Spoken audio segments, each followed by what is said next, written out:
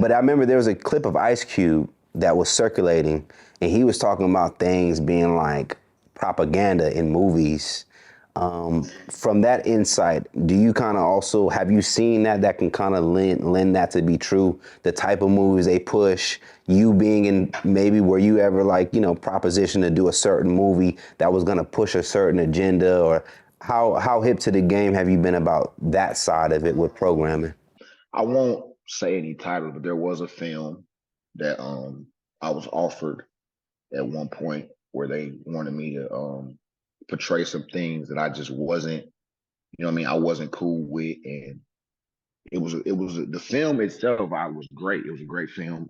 Won some awards. It was a big film and it was a great film. But for me and what I stand for, what I believe in, it just wasn't, I wasn't willing to portray what they wanted me to portray for that film.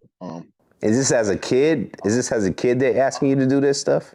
I was a teenager. I was a teenager. This was after like a lot of my, this was once my career was reaching a certain height.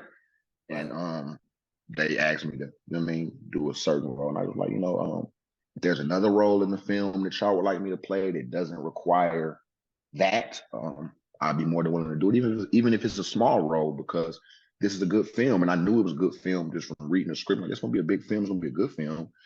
I'm just not willing to play that particular role. You know what I'm saying? And I stand by that decision to this day. Like, despite the movie being a big film that ended up winning awards and stuff like that, I still stand by my decision because it's just, like I said, I have principles. That's all. It's just, for me personally.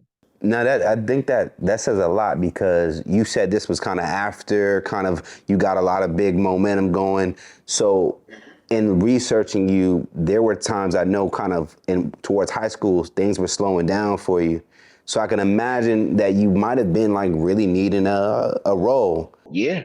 Nah, yeah. At this time in my life, this was one of the times I'm like, damn, like, nigga could use this paper.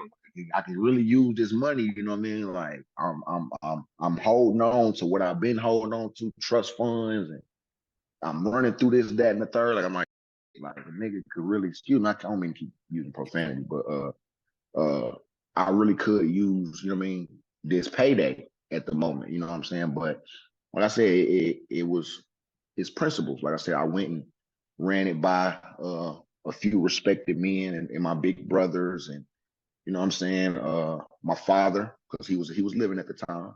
Yeah. You know what I mean? I spoke to him. I'm like, I just don't. I'm like, am I tripping? Like, I know, you know what I mean? Y'all my family, y'all my loved ones, so y'all know my situation. Y'all know I could use this bag. You know what I'm saying? But I'm like, am I tripping for turning this down because of this? And like, nah, that's just how much the offer was for. Do you remember how much the offer was for? It was like a nice little six figures, nice little six-figure joint. Okay. But it was over a quarter, a little less than 500. It was a nice little, you know what I mean? 1,000, right? Huh? 1,000. Yeah. It was a nice look. Like I said, it was a nice payday. It was definitely a nice life, a life. Not I won't say life changing, because I wouldn't say it would have changed my life, but it was a nice restarting, a life restarting payday that could have put me like back on my feet before I actually got back on my feet later on down the line. Right. Now, But at the same time, I feel like, I don't mean to cut you off, but I feel like if I do take that role, some of the opportunities that I have now, like things like what I do on Wildin' Out, it wouldn't have been, or that role would have been the butt of a lot of jokes. I understand. You know what I'm saying? So it's like it makes sense. Like when the path when like one thing about it, like that's one thing about faith, bro. Like when you got faith in God, you can't always see the light at the end of the tunnel, but you know it's there. You know what I mean? You know you're gonna get to that light if you just keep walking and trust it. You know what I'm saying? So that was what it was, a big part about having faith, bro. Like knowing like I'm gonna get back out there. I'm gonna get back on my feet. I'm gonna be able to show what I can do again. This just ain't gonna be the platform that I do it on. That just ain't for me. My mom used to always say, what God got for you is for you. That wasn't for me.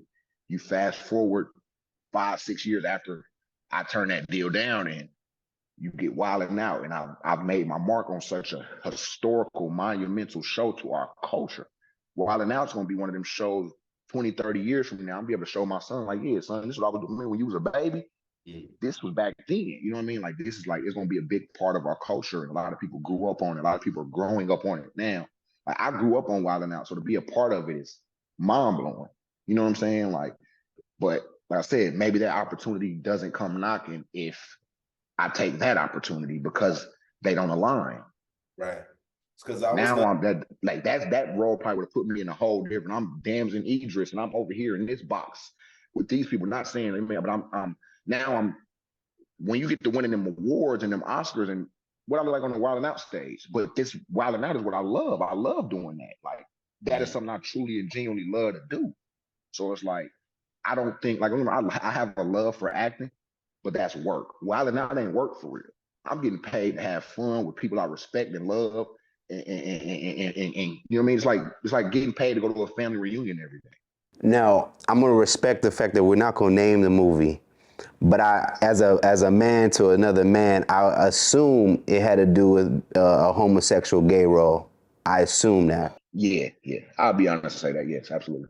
Yeah. And like I said, this like don't make no mistake. I have nothing but the utmost love and respect for the LGBT community.